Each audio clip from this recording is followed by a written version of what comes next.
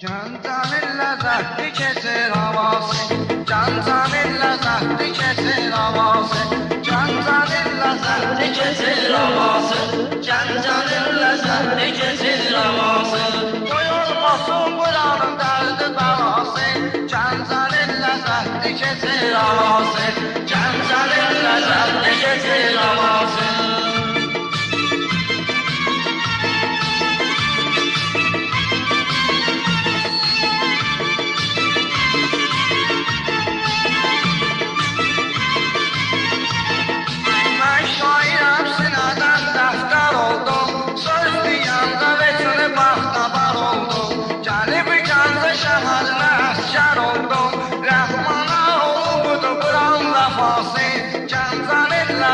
Geçetir havası, cancanın lezzetli geçetir havası, cancanın lezzetli geçetir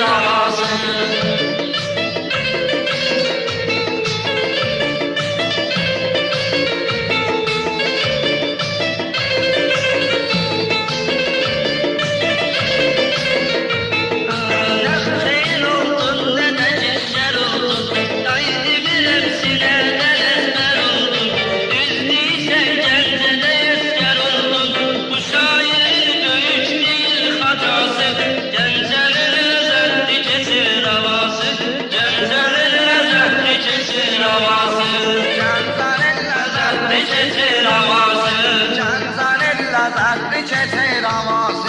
Ağzı çamına kadar satanlar diyey, ağzı çamına kadar satanlar diyey, kampüsleri başından atanlar diyey, o zindanda kardeş yatanlar diyey, Allah'ın olara olacak rizası, Allah'ın olara olacak rizası, cancanın lezzetli kesir havası, cancanın lezzetli kesir havası.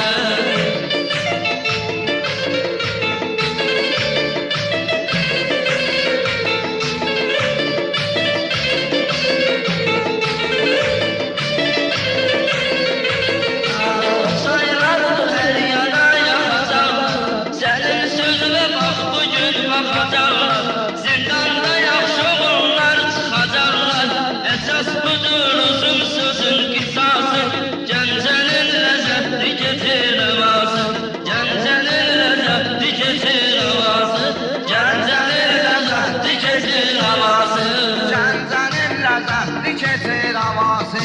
Naləyəm fəryadını görmüşəm, meyxananın ustadını görmüşəm, yatan oğlanların adını görmüşəm, Rəhmanın onlara olurdu duası, Rəhmanın onlara olurdu duası. Gəncənin ləzzətli keçir havası, Gəncənin ləzzətli keçir